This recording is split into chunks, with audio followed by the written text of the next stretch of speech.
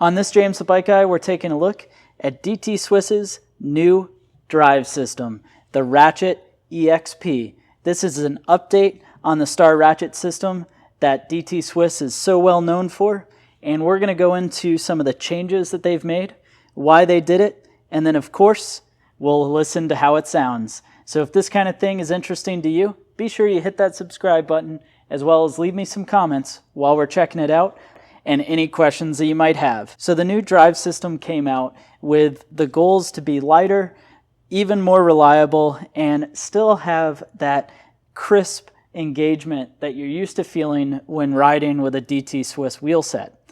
Now, because DT-Swiss is a super well-known brand, the neat thing is, parts and availability for stuff like this is just about everywhere, as well as they make just about every free hub body that you'll need.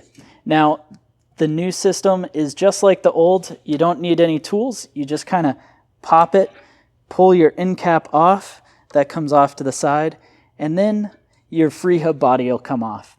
So this free hub body is going to look ever so much just like the original. And you'll see you still have that slotted free hub body, just like what you would typically see with a Star Rachet system. And then as we pull that away, the internals are going to look again very similar to what you're used to. So here we'll have a spring on the outside that's going to come out, and then you're going to have your Star Rachet mechanism, which is going to pull out as well. So this has a single ratchet.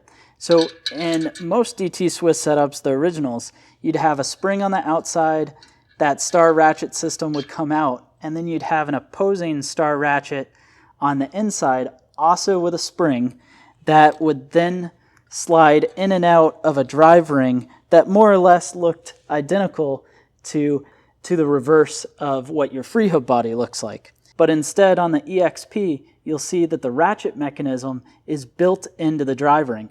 So this means this drive ring threads into the hub, and it acts as the ratchet, removing one ratchet and one spring from the mechanism, reducing the number of parts that are in the wheel, making it lighter, and also reducing the opportunity for failure. Now with the bushing pulled out, you'll see that this is going to integrate with the bearing that would be on the drive side of the flange. So with the drive ring encapsulating the bearing, what they've been able to do is widen the stance of the bearing setup, making for a stiffer axle mechanism, having that all integrated, and then when it goes back together, it's going to service just like a standard DT-Swiss. So you'd clean that out, you'd put new Star Rachet grease on, put your Star Rachet, your spring on, free hub body slides right back into place, and then you just put your end cap on. And it's really that simple with this new Star Rachet setup. Now, a neat thing to mention is this is going to be a 36-tooth Star Rachet. At least that's what's coming out with the current EXPs. They may have different ones in the future, but the 36 teeth engage faster than the old 36 because you only have one Star Rachet that's moving, so there's not that slop as they go to engage with each other. So now that we've taken a look at that, let's go ahead and give this wheel a spin and see what it sounds like.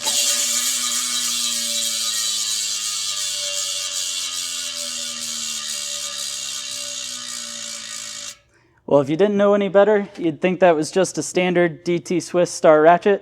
Sounds pretty good, and that's a look at the internals. So if this kind of thing was interesting to you, again, be sure you hit that subscribe button. Want to make sure you get a chance to see more videos like this in the future. While you're at it, leave a thumbs up. It lets me know you enjoyed the video. And don't forget to subscribe and browse the channel for more things like this.